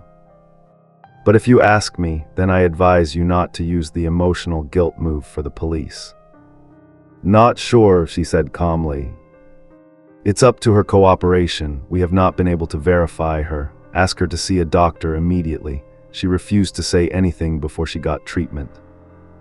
Plus, I shouldn't be surprised, but still, Evelyn doesn't look the best, but I don't think she would accept going to the hospital in times of chaos like this. No, I feel like something else is going on. Happens plus all the weird stuff that we saw, and my curiosity about what she witnessed in the days I was away. That's all that urges me to check her computer every day when I have free time, and now I know she hides a lot of things from me rather than many things. Thinking of her scattered documents filled with editing and unfinished writing about her daily experiences, it seems as she always avoids going into detail on a lot of things. That afternoon, quite gloomy, I just had a late lunch and left half in Evelyn's fridge. She didn't touch it and then decided to read all her old posts. The stone, the woman crying in the temple, something in my bones, as if she couldn't believe what she had hidden from me, but still had the feeling that many of them are personal. She should have stopped there, but I didn't. I'm ashamed to admit that curiosity prevailed, and I searched her browsing history. Weak as they still are, these articles, I mean, it seems she spends most of her time writing but still has some other things. One page on Facebook remaining notable looks like a product of boredom. Articles, some stupid quiz, and a search for mountain birds. I told myself I was just visiting her Facebook long enough to check her personal page. She's still logged in. It turns out she's not logged out yet because as soon as the page finished downloading after a long time, the activity had been mass announced, reading on screen so much that it seems Evelyn did not read through them in many weeks, and also very little posting. Part of the large content on her personal page is from someone else who has a relative who may be asked how she's doing, and she did not reply to a girl who tagged Evelyn with a few others in a group hangout post. She gave no response, and then a movie letter where someone else tagged her. I admit that I smiled at first looking at them. They are probably from last summer because Evelyn's hair is shorter, and she has a sunburn on her nose along with a few sunspots with pictures from the holiday, college graduation photos with friends and the professor. She smiled, showing her jaw teeth, looking very bright, a good photo. The last job was to take a picture of her and someone familiar, a woman making faces at that camera. It's Jennifer. As I continued watching, I saw Jennifer appear more than most in the pictures she took. Lan and I went hiking today on moving day with Lynn, Evelyn, and Jenny, the champion lifter of chairs and sofas. Then there's a dark and blurry photo that was the first of many next pictures. Someone tagged an album, Evelyn and at least 15 others, full of photos shot in the woods. My smile began to disappear seeing that forest and the obscure faces of strangers, either drunk or in a haze, making the photos look like a ghost world. Then I saw her. Evelyn appeared in the background of some couple shots, so small that I had to look closely to catch her smiling in a couple of pictures, then another picture. The photo chilled me to the bone. Evelyn stood at the edge of the group, as if being pulled into the frame when passing by, but her face was pale, and her eyes were wide and bright because of the flash of the camera. The expression on her face showed clear fear. Something happened to her, obviously seeing something she didn't want to see. I can't take my eyes off the picture any faster, so I went through it all time and time again. She appeared in most of the pictures, always holding a cup, and I saw the change from fear, scared, tired to the point of almost fainting when two of her friends had to support her from behind, or was she drugged or drunk or both? Then both she and Jennifer disappeared from the rest of the photos, leaving no trace. I regret lingering too long on the pictures because my online status, or rather Evelyn's, caught someone's attention. A message appeared in the corner of the screen. Her message was the height of a privacy violation, but I cannot resist again a glimpse of Evelyn. "Hey, can you read these lines? Don't kill me for this." I scrolled to see that it was someone I've never met, but Jennifer was one of the two in his profile picture. Not very important because he made his intentions clear. I went through a series of at least 20 unanswered messages for a month. His name is Elijah. April 2, this Linny, I say, is it okay? April 5th, she is where? Are you okay? April 18th, Jen asked about her so much, she really wanted her to leave. Block me. April 23rd, Evelyn, please. And when I scrolled up more, I saw the first message open the curtain for all that. First day of April, hello Evelyn, Jen told me what happened. Hope you get well soon, but please be careful from now on. He can't keep taking care of her forever just to make sure she didn't drown in the tub. She knows there is a program to help anonymously for these things, right? You should try it. Jen cares about her, but she prefers a sober Evelyn over a. Other unread messages have more I'm confused about below, but still curious. I scrolled down and saw Elijah just left a few short, frustrating text messages just seconds ago. Answer me, where's my girlfriend? I know, right, Evelyn? I know you're there. While reading, he was typing, and seconds later another message appeared. They all died in that mountain, one by one. I closed the browser and hurried to shut the laptop as fast as possible, as if his words suddenly made me scared, like if I stayed on that page, I would see and read more scarier things. I want him to say, one by one they died. Who are they? People who used to work here, people who left. I'm still not sure about the words when I climbed the mountain. Is he a threat or a concern? I'm not a detective, but I'm worried that everything here is not random. I know my colleague will read these lines, and I apologized to her before, but I can't pretend that all of this is unrelated. Mandarin. Evelyn, if you read this, I hope you can remember what I saw that night in the forest. I intended to post this earlier, stop at the paragraph above, but I'm glad I didn't. It's dark now as I continue writing, and what happened outside the radio station, I gradually understood the weight of having to do all-night work. It's most boring when just alone and stressed, making me always nervous. I was installed with hearing aids received just a day or two before. 3-minute music, free time. I walked around the room and took a few minutes to look out the window in the pale purple light of sunset. I saw something attractive. There was a man out there standing straight but swaying from side to side on the other side. I would have suspected this was something unnatural with the number of times the forest teased us both, but I realized it was him. The food delivery service to the station twice a day. He stood with his back to me, staring at me while stopping to follow up, hoping he doesn't go further. The last words Jennifer's boyfriend sent her echoed in my head again. Everyone died on that mountain. One look back, I did one of the stupidest things I can do at that point. I know that's the guilty thought, but 3 people died in the forest within a few days, even just a few hours. I don't want to prove another person got lost and was pulled out of there in a body bag. I went back to the radio room, ran down the long, winding stairs to the exit. Almost nothing to see, only dim light leading the way. When I opened the door and ran out to call him, he turned back. I saw only 1 foot of him as he stepped into the darkness in the middle of the forest through the bushes. I said I'm stupid, that's right, but I'm not stupid. I did not chase into the area. I yelled at him to come back, but he didn't seem to notice me there. My eyes fell to the ground. I saw he dropped a cardboard box he delivered late again. When I bent down to pick it up, the sound of a branch breaking and the rustling of leaves made me think it was him turning back to realize his mistake, but it wasn't the delivery man. It was much more terrible. I saw Jennifer walking out of the woods towards me.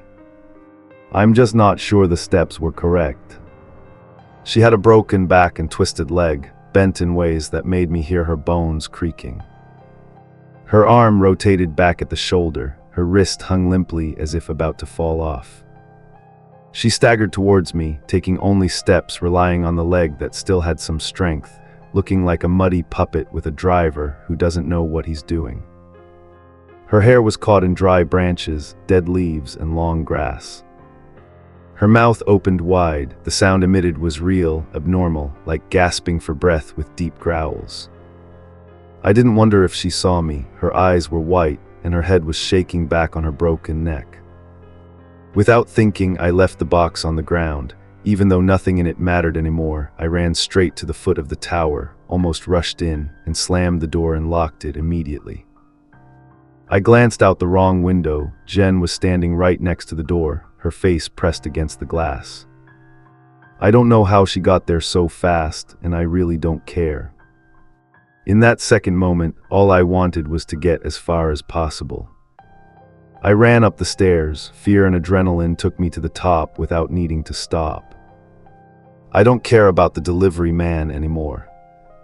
Locked in the radio room was the only thing I wanted, plus sunlight, but there were still many, many hours to go in the morning.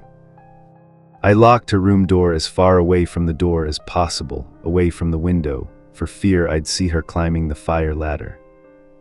Her face I cannot erase floated in my mind near midnight as I wrote. I just got a call and never felt so relieved when hearing someone else's voice. When lifting it, I just hoped to hear someone answer, just a living, breathing person, someone to talk to. "Daniel, is that you?" If my heart skipped a beat, Evelyn's voice sounded tired, but no doubt it was her. "Where are you?" I asked, ignoring all greetings. I think she heard the worry in my voice. Please don't tell me you're in. They didn't arrest me. I think they wanted to find a reason, but I will be home early, maybe before 6 o'clock am. That's all I can promise. I will explain everything when we meet again." She must have heard me breathing, relieved by her voice. "Next, you look worried. What's wrong?" "I'm fine," was a lie, but I'm not ready for that discussion. "Just be careful. I will be back, you agree?" she said gently, but I could feel that she called just to let me know she was alive and on the way back. "Tomorrow, there's a big storm. High winds and thunder may cause a power outage." She didn't need to explain the worrying reason that this radio station is like the center of all weird things that happened on the mountain, and now I'm alone here struggling. Suddenly, I felt a sense of this place that I've never received before. I realized my life had changed. "How have you changed since working here, Evelyn?" I whispered. "What was that?" I glanced out the door, surprised and relieved when Jennifer was no longer standing there, but I saw a small but creepy scene. Long grass and dead leaves and hair garbage on the stairs forming a path leading down each step she took. How long did it stand there before it disappeared? "As soon as there are more part-time employees, this is Daniel. We are going on vacation from Radio 104.6 FM, and I never expected one morning to come early, so there's so much to tell. But I really don't know where to start. First of all, I want to make this clear. I, Evelyn, went back to the radio station around 5:45 a.m. the day before or 2 days ago. I confess I'm not sure how long I've been here." I yelled at him for a while and locked him in the bathroom for about 50 minutes before realizing he was just really trying to help and clear things up. Though why do I still wish he wouldn't have groped my social media account. Now I have to add a 30-year-old guy face down on my to-do list. Never thought of doing that at work in the past. While I was away, I saw and heard so much that I had to sit down and tell it all from beginning to end. The storm is coming, and the lights flashed a few times because of the strong wind. I was typing as fast as possible because, honestly, I don't know what will happen after I post this. When the police came to pick me up from the radio station, they showed no sign that they were questioning me as a suspect in Jennifer's murder. I was neither handcuffed nor locked into the cell, but they didn't want me out of sight until there was a call. The game moved carefully. However, as soon as I got there, I was checked strangely thoroughly. A woman wearing gloves shined a small flashlight into my eyes and told me to take off my coat.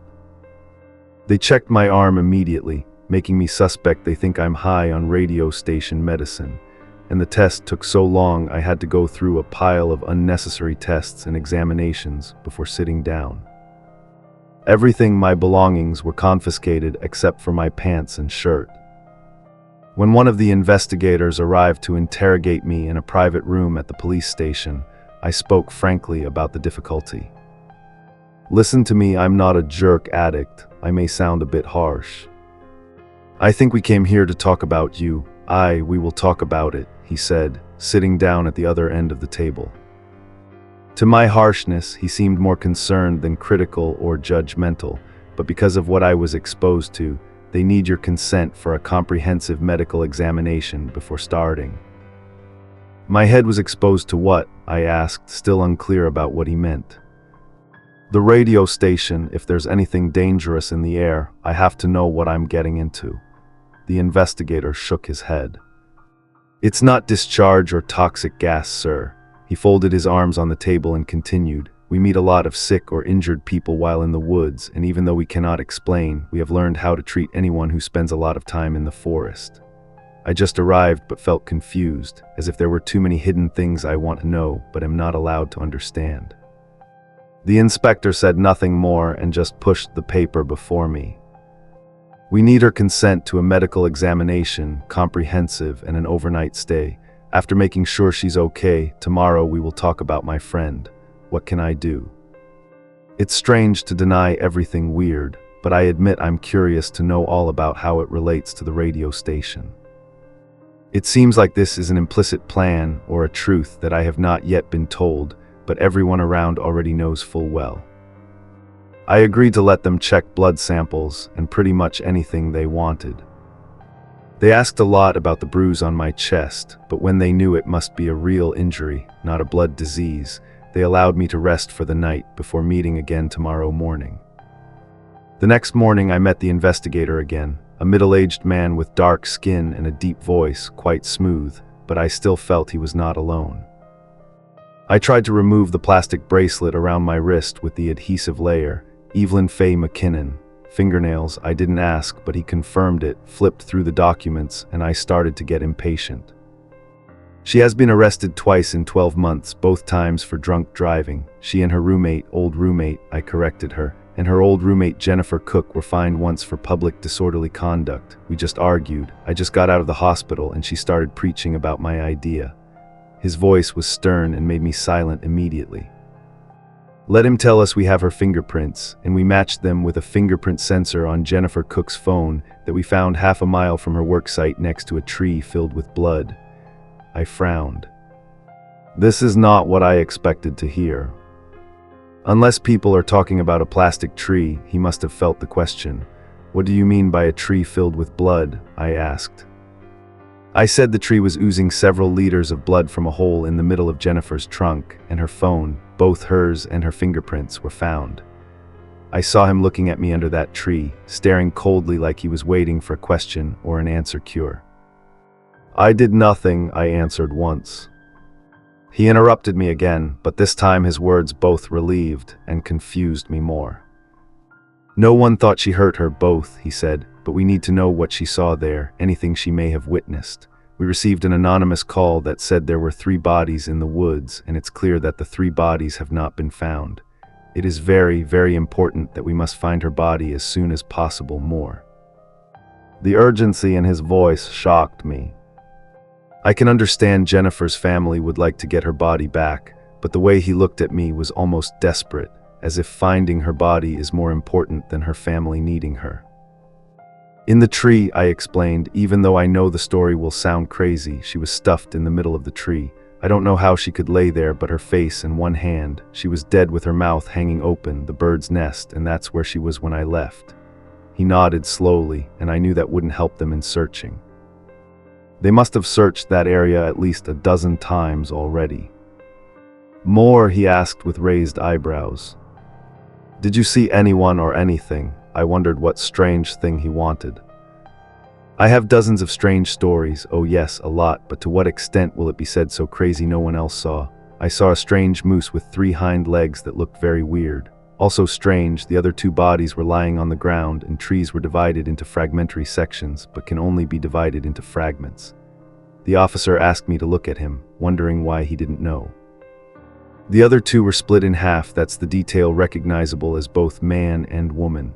All had their legs cut off, the man, and the upper half of the woman was hung from a tree as if thrown up. It sounds crazy, but it's true what happened. He turned over the pile of documents, took out some photos and files. I just glanced at it, but realized the bloody grass and the color of the cloth from the clothing of one of the bodies. With a sigh, he took out a picture and pulled it before me that was clearly shown, but the photo was taken from far enough away to show the whole scenery around. I winced as I saw the shape of 2 bodies from a distance, and the blood-stained tree now standing empty. Jennifer was there, however. What made me surprised was the branches were completely bare. The curse left no trace of the man's legs or the upper half of the woman who lived there. They were there. I saw the woman and her face. I stuttered. The investigator got up from the chair, took out the phone, called some number, and turned his back on me. "Mister," I spoke softly, but I could still hear his voice. He looked urgent, not only her now, but 3. He said, rubbing his forehead with his other hand, frowning tensely, "They were obviously left, but if we don't find her, others must have already lost. If that's true, it's too late. They became part of it." He hung up and turned back to sit across from me. My head was swirling with what was going on. I asked, annoyed, part of something. Why did he ask about those strange animals? I thought we were looking for Jennifer. That's important, but don't worry, he said for sure. If it's important, then I should know. I'm there. I'm the one providing all the information for you and the test. What the hell is that medical? What's the danger? Without anyone telling us. I looked at the investigator, who leaned back in his chair, keeping a cool and calm face like before. He waited for me to finish, but in his eyes there was a hint of hesitation, like I'm asking too much. But when I didn't leave, he had no other way but to lean towards me and said, "Some people go missing, maybe dozens a year on that mountain. Sometimes the body is found, sometimes not, but they never come back to be the same, not just us humans. We hire rangers to collect animal carcasses in the woods, but too often they also don't return again." I was silent for a long time, trying to understand everything he said was nonsense. "What will they become? We don't explain," he said hoarsely, "but sometimes people tell strange things they saw. A rabbit with a human ear or bushes growing fingers instead of leaves. Once an old woman almost scared her son to death because she tried to seduce a deer into the woods and said it had her husband's eyes. Her husband had collapsed and died on the sidewalk a month before, and she said he entered that deer. It makes me sick thinking about eyes. I don't need to imagine what that damn bird, I started wondering whose eyes it belonged to." The investigator continued, "We don't know what's in the air. Gas makes people see these things, but when the fog season comes, more and more people go missing and more strange monsters appear, all gathered. There may be interference around your workplace. Death could be something underground. We don't know." He leaned closer to the table. I didn't say a word. I just sat there, sighing as he looked at me with serious eyes. "One thing we know for sure, the past 5 years we have hired 27 people to work at the radio station there. She and Boy Esperanza, she is the 28th, he is the 29th. Even though it's cliché, I felt my heart really sink to the bottom. All confidence, sense of security vanished immediately. But there's one thing that concerned me, with a detail that appeared in my head that I just put together. You hired him, not to avoid the question, but I sat still for a long time before answering. Finally, with him shaking his head, leaning against the tower chair, broadcasting is more than a single radio station. By now, you probably know that. People around here feel safer when just thinking about music, and that's our goal, keep everyone calm, static, until a solution is found for this forever. Now everything is clearer, why the tower is so high, why we must continuously broadcast the song, just be the cover that covers a defensive mission. It's a radio station watchtower, not for entertainment, but for protection. If the station stops broadcasting forever then, I asked, my voice mixed with fear. The person opposite shrugged, sighed heavily. We don't know and don't want to know. The fog once covered the whole town, and we think it's likely to spread depending on us, and the things in the fog captured the couple and turned them into lost ghosts before the fog entered my eyes. I saw what happened, and next time the fog comes down, maybe we will see them again. He stood up and clapped gently on my shoulder while I sat there, my mind numb. She should go back to the station, number 28. That morning, I took the bus back to the broadcasting station before sunrise, but I stopped by for a while earlier in the hour of dawn. I went to Jennifer's house, where she used to live, and where her boyfriend Elijah is alone now. I didn't knock on the door or ring the bell, but put a small piece of paper under the door. A photo, the only thing I had of Jennifer. I kept it in my wallet next to my parents' picture. Now it belongs to him. When I got to the tower, I met Daniel, and after a fight, I got out and told him everything I knew, gave him too much information, and he tried to accept it, but I felt better knowing that neither of them are blind now, who is dimmer than those who have hired us. It's not a radio network I work for, it's an agency, or the town government. That's the reason our signal only reaches the world. There's no reason to extend the deadline. He looked overwhelmed, and I didn't blame him. Honestly, I also wasn't feeling any better. I'm worried about weird things moving on, understanding that many people will be in danger if we fail. When I told Daniel about previous employees, he was visibly panicked. When they disappeared, what will happen to them? His voice was weak. They die or quit, I don't think they. We stopped talking and were silent for a while, both thinking the same thing. How long will we last, and if not, which one of us will go first? The sound of thunder interrupted everyone's thoughts. Both of us startled and looked out the window where heavy clouds came and covered the sky, and the distant trees began tossing in the wind. Lightning tore across the gray sky, followed by a roar like from an angry god. "Evelyn, is there a generator here?" he asked as the radio lights first flashed. The radio immediately jammed into a screech, and then another clap of thunder from the mountain. "Where is it?" I frowned, looking at him with an apologetic look outside. "This is number 28 from the emergency broadcast station 104.6. A fog warning is in effect. Keep calm and stay still." The forest house seemed to come alive. Even before the fog came, we had seen it wriggle in a rage, like there was an electric current running through every tree every day. Thunder roared in the bushes, lightning flashed morning on the mountain top. I wondered if a forest fire is a thing, better unclear. Even death could not stop Jennifer and many others from returning in monstrous form, and I thought to myself, burning those things only creates more danger for us, not to go around anymore. We were so scared we understood enough, saw enough to know that this place is not safe when the rain comes down on cables and power lines, a fierce battle around the broadcast tower. And I'm not only worried about my safety, but also for everyone in town at the foot of the radio tower. These are keeping the town alive. I am keeping the town alive, an alcoholic and a failed stage actor. Who would have thought black would flash, causing radio waves to interrupt and transmit into cacophony as I frantically found a way to bring the sound back. Just in a few short seconds of silence, scary, then it exploded again with the vibration from under my tower. I saw Daniel grimacing and holding next to his ear as soon as the wave came back on, and music filled the air, even though it was mixed with the static of the noise. "He's in pain, huh?" I asked, but he just shook his head and raised his hand up, stroking around his ear, not just the ear I've been in a daze since then. Now I ignored thinking about the reasons often heard. Maybe it's the weather or differential pressure on mountains or other similar nonsense. But Daniel still stared out the window, trying to see something in the rain tired me. I squinted to make out some hidden shape. "There's something in the dark, rainy night moving out there," he said, almost breathless, worried eyes far away but getting closer. Hard to see. I didn't need to look to know what he saw in the rain and lightning.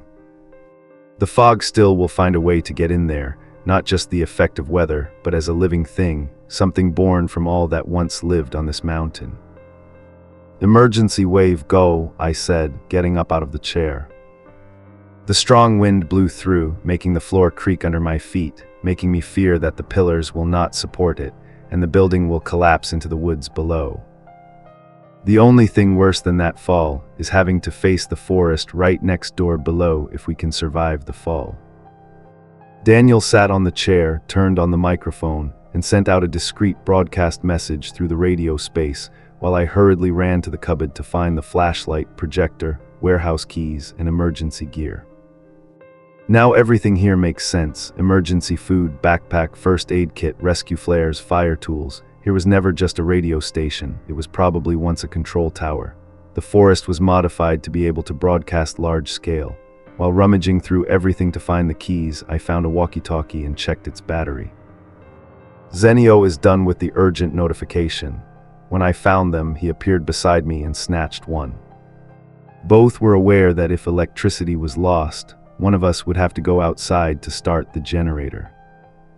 "One of you two turned on the music back?" I asked. Zenio nodded, already on, but his voice lacked confidence, and we both knew that if the lights kept flashing like this, sooner or later, the music would stop playing. Now there's no way to sit there and wait when the fog swept through the forest of trees, rustling in the wind. We only could observe and hope that the broadcast station wave would last. I've never seen the mist stop at the edge of the forest, but this time it stopped. Something in the signal prevented it from crossing the line between us and our town. I removed my headphones to let the music stream in the room and sat down on the floor next to that window, the peaceful moment before the storm. Both just glued their eyes to the trees, poles, and wires swaying out there, wondering which string would break first. There was silence, and then Daniel was the first to break it, like he always does. "Do you want to know what I did before working here?" he asked me. I guessed he'd tell me anyway, so I nodded. After graduating with a Master of Performing Arts degree, Master of Arts doctor, that's the only job I'm looking for, a voiceover for a plumbing service. I recorded in the studio, actually talked about toilets 20 times, and you know what the worst thing is? He turned on a smile with a silly, slightly bitter grin.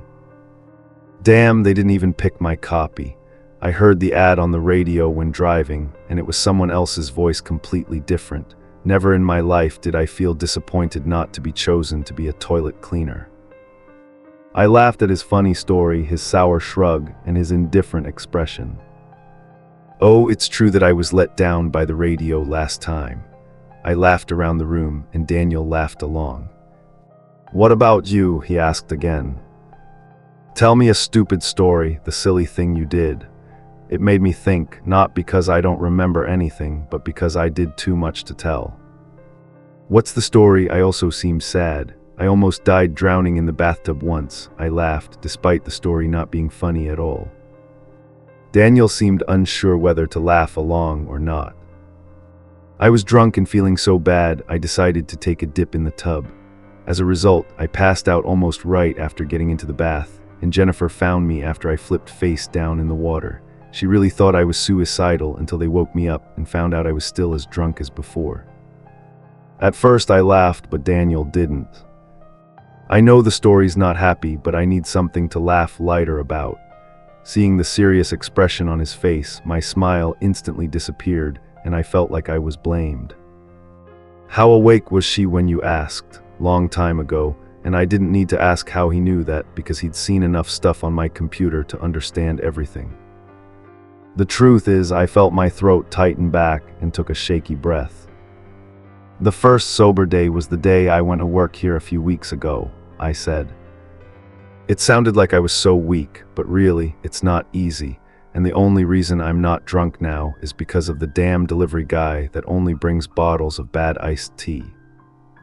We both burst out laughing, but soon the laughter turned to tears when I couldn't hold back sobbing, 2 hands covering my face. I closed my eyes. I could only feel Daniel's hand patting me on the back there until I put my hands down. I held back my emotions, eyes looking out at the mist lingering at the edge of the forest. It swirled, how many eyes and blurry shapes.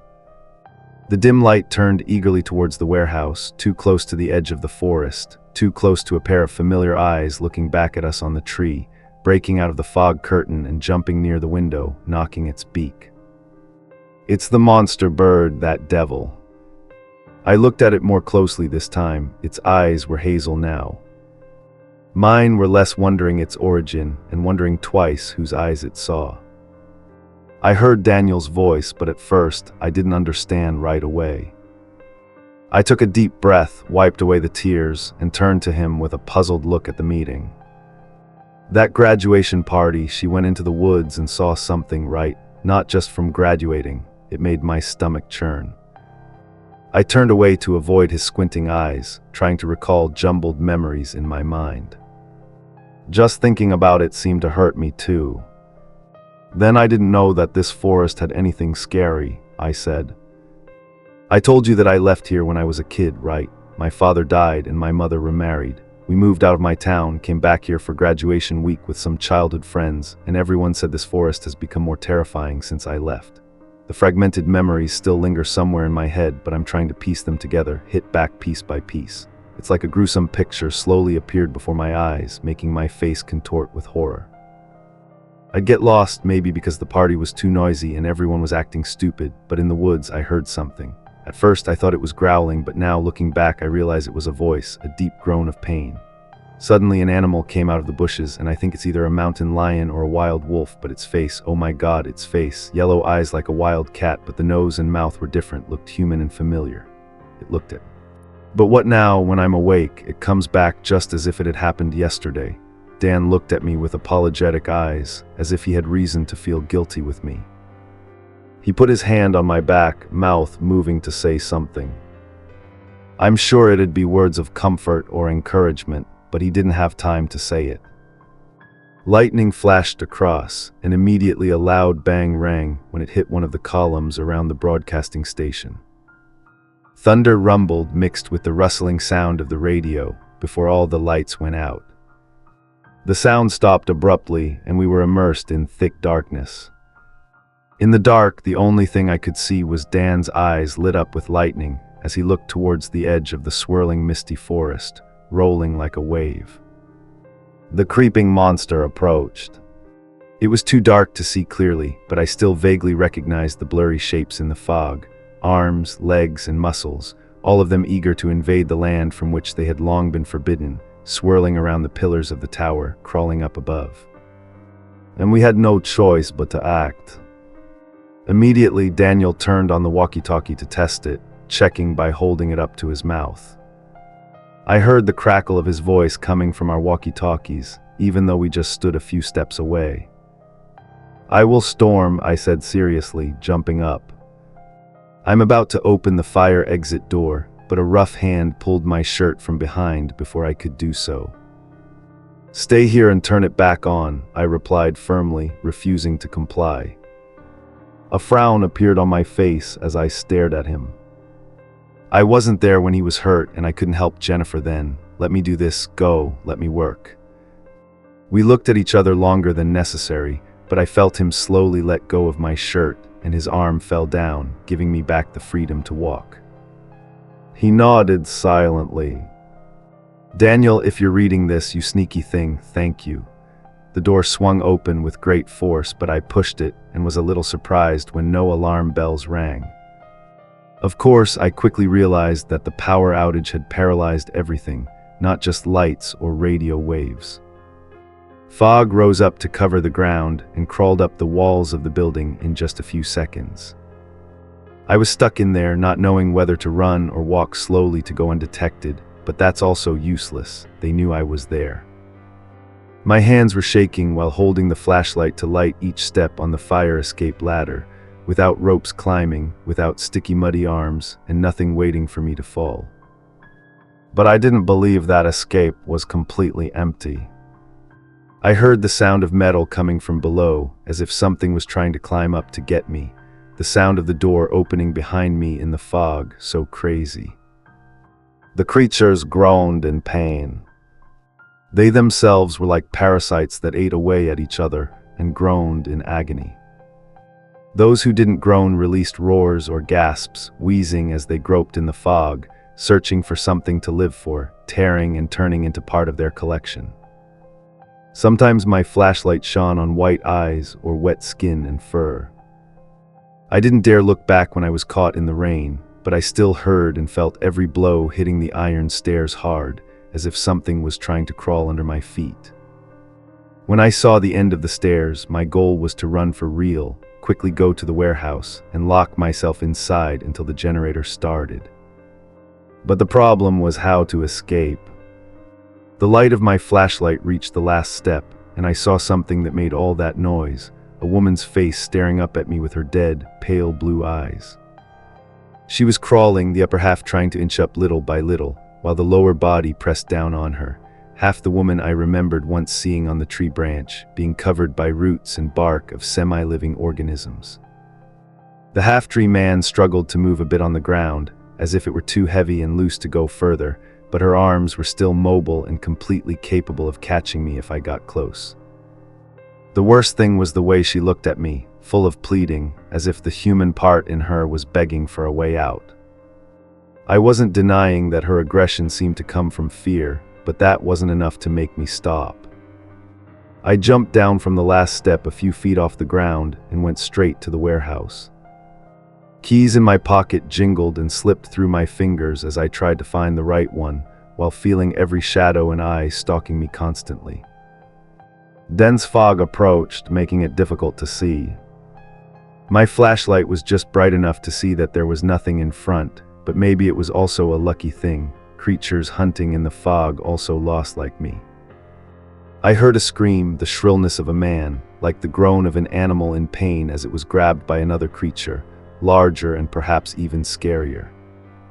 I touched the wooden surface before breathing a sigh of relief when I reached the edge of the warehouse until my fingers touched the door. I took the keys out of my pocket. Clumsy fingers fumbled for the only little one I needed right then. I heard the radio crackle at my hip. Daniel's voice rang out on the other end of the line. "Did you find it?" he asked, and I felt my stomach tighten when I heard his voice echo in the silence. Not only I heard it, the roar and heavy footsteps, like hooves digging into the ground surrounding me. I heard the scream of a creature, something like bird calls mixed with a human scream and roar. The sound made my chest feel like it was about to burst inside. I frantically tried to open the door, each key blindly looking for the last correct key. When about to open it, I felt the ground move when something big and heavy dropped down the side, as if it jumped from the treetop down in thick fog. I saw a layer of grayish-brown fur stuck on it. The stench of blood and mold rose up in the air. Its joints creaked as it bent down to my eye level. I saw its eyes glimmering in my vision, at least 6, pale with yellow spots on the back, on a nose like a deer. Its antlers scratched the side of the warehouse, making a terrible screeching sound. I felt a tap on my back and instantly recognized the tentacles as spider legs that I saw last time, giant spider legs, but with fingers. It exhaled and inhaled with wheezing, and the smell of blood and death in hot steam hit my face as I spoke with Daniel. That he almost drowned in the bathtub was the stupidest thing I've ever done, I said. It was the stupidest thing until today, but today everything has changed. I pushed the warehouse door open, stepped aside to let the heavy wood hit straight into the giant monster's nose next to it faster than ever in my life. I sneaked into the warehouse and locked the door tightly behind me, putting everything I could find to stop it when I heard its roar of discomfort, clearly more from anger than pain. My flashlight shone on the generator, but I had to do it fast. I felt the floor vibrate when something outside banged on the door so hard that dust and debris flew into the air. I fumbled with the oil bottle, accidentally spilled some on my shoes and pants a little, but in the end, I filled the machine. When the monster outside went around the corner of the warehouse in just 2 long strides, it hit the roof loud and strong enough to make the wooden bars on top crack little by little. I threw the almost gone oil vase to one side and tried to find every button and switch in order before the roof collapsed under the weight of its fist punch. I turned on the first switch, then the second switch, punched it hard when, in my fever, I couldn't wait for the engine to start. I yelled over the radio, "I'm almost done. You have to be ready to turn on the circuit breaker. It's downstairs." I heard his voice, but it choked, and his words sounded unclear through the incessant crackling. "God, I hope you can hear me." I felt a sharp pain in the back of my head when a piece of wood fell from the ceiling with a strong bang, and suddenly I saw pale light from above when the dim sky in the fog appeared through a chiseled hole on the ceiling. But immediately it was obscured by the many eyes of the tall, rotten monster from my forest. I turned on the final switch, and the generator started shaking successfully. Suddenly, tell me if I escaped from this pile of crashing wood or not, the power came back on. I backed up, the smell of oil in my hair peeling, looking up at the pale eyes on the roof with fear-filled challenge. The warehouse shook with another strong blow from the side, making me lose my balance and fall down, but not for long. I heard the sound before seeing it, the outside lights ringing up when all lit up one by one, illuminating the entire space with brilliant golden light. That's when I heard the walkie-talkie. Daniel's voice rang out clearly at the top again. "I can't turn on the radio over there," I panicked and said. It didn't have enough energy to run idle. At first, this sounded like a failure, but then I remembered that stupid piece of plastic I'd been staring at on the table for months. Work rule number 1. When the radio stops activity, activate the bell. Just annoyed because it's the one button after that button that has tempted me since the first day I saw it on the wall. No idea what's behind that glass. "Press me," I sternly shouted over the radio. "Don't hesitate now." I heard him fumbling on the other end of the line before he did it. The next thing I heard, I don't think I heard any sound, at least not from the speaker on top of the radio tower. Instead, I heard Dan scream in pain and stagger around the room for a while, a small squeak and the sound of something falling. Now I know what it was. He threw away his hearing aids. The outside creatures didn't disappear. Instead, they roared in sounds full of pain and anger, hissing and dragging each other away from the surrounding area any way they could. They spun back. The forest was disturbed by a sound my ears couldn't hear. Shrill, maybe too high or too low for my ears to hear, had driven them away. The bell is like any other tool here, existing only to control them, or rather, to control the forest area. The eyes disappeared from the hole on the ceiling, and I heard the giant monster slowly step away and turn back on the mountainside. My legs were weak and my head hurt, but I still tried to open the door and rush out into the midair. I caught a glimpse of the giant swamp disappearing into the forest, and Daniel held the escape door as I climbed back slowly and exhausted, forcing myself to reach the top. The radio was off, but at least we had temporary safety. The first thing he did was pull me into a tight hug, lifting me a few inches off the ground and say some deep words. "This means you smell like oil." What can I say? That was the last time something strange happened here, but as you can guess, it's been a day or two and things are still crazy. The sink no longer fits, but I still get strange calls, and Dan said that it was also hailing. I told you the other day I was mad when he didn't pick up a few calls for me, like a baby otter, I'm sure. Weird things will always be here, and there will always be a story to tell. But when this happens, I think I will focus on doing this job and extending the time I exist more than the humans from 1 to 27. But I'm sure if you don't hear anything from me, Dan will sneak on my computer again one day. I can change the password, but that's it.